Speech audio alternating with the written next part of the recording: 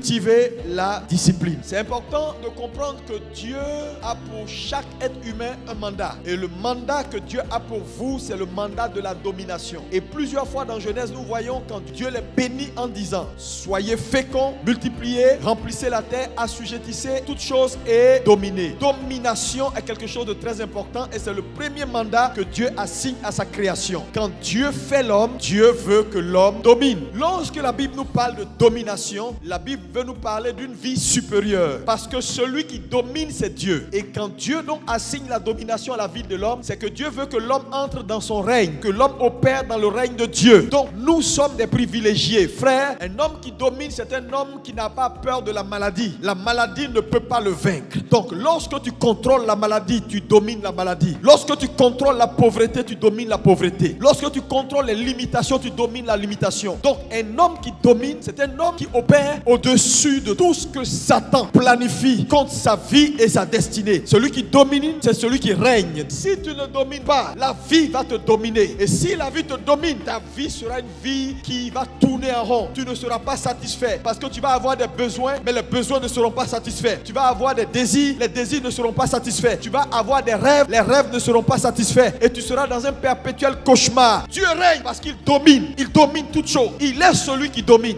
Regarde la maladie. Tu veux faire des choses, la maladie te dit calme-toi, va doucement, je suis là. Tu veux courir, non. Si tu cours, ton cœur là, je t'ai dit, le médecin t'a dit, c'est quel genre de vie? Tu veux réaliser un projet, tu n'as rien, tu n'as que 250 000 francs dans ton compte. Donc il faut arrêter ce projet là parce que dans tous les cas de figure, tu ne peux pas le faire. C'est pas une vie chrétienne. Le christianisme a deux aspects. Il y a l'évangile de Christ, celle qui nous donne la nouvelle naissance, celle qui nous a franchis, celle qui nous aide à aller à la ressemblance de Christ. Mais il y a l'évangile aussi du royaume, celle qui, après que nous soyons arrivés à la ressemblance de Christ, nous permet d'avoir un impact réel sur notre monde. Parce que oui, tu es sauvé, et puis après, c'est pas ce qu'on mange. Pour le moment, tu es habillé ici. Prouve que tu es sauvé. Donc, c'est pas une affaire de je suis sauvé, j'ai ma Bible, ça suffit. Mon ami, si la pauvreté te malmène, si la maladie te malmène, tu vas compromettre quelque part. Je te dis, il y a beaucoup de gens, leur compromission, la vie qu'ils vivent là est liée au fait que leur domination est limitée. Aujourd'hui, tu ne peux même pas te soigner si tu n'as pas l'argent. Fais une opération, on va te donner 2 millions. Caution, dépose les 2 millions. Tu fais comment? Tu vas commencer à parler en langue.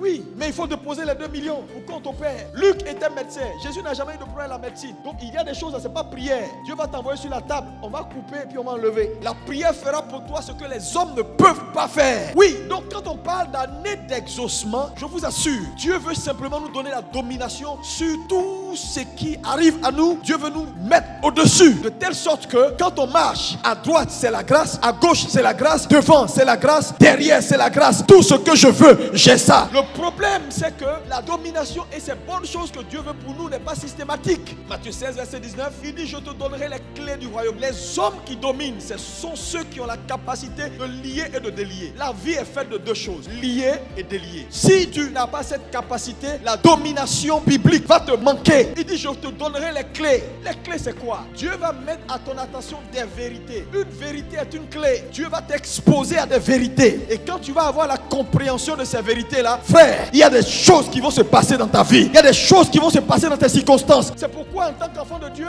ne vous privez pas des clés. La compréhension n'est pas négociable. Il y a des choses, si tu ne les sais pas, tu vas subir. Parce que les gens qui sont dans le monde là, tu peux tout dire d'eux, ils ne sont pas convertis, ils ne sont rien, mais ils ont quelque chose que tu envies.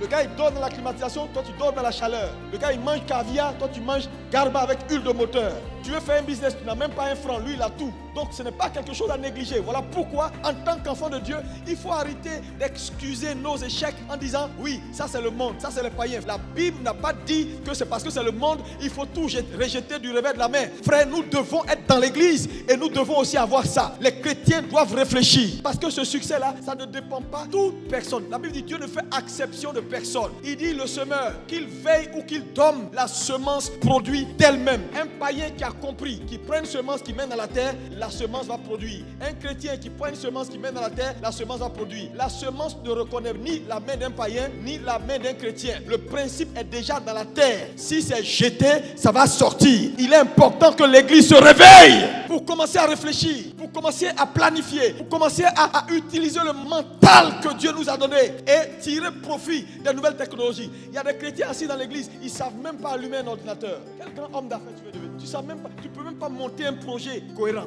Tout n'est pas parlé en langue. Il y a beaucoup de pasteurs ignorants qui sont en train de vous perdre sur Internet en racontant leur vie. Je vous dis, tout n'est pas parlé en langue. Quand tu vas prier, parler en langue, Dieu va te ramener vers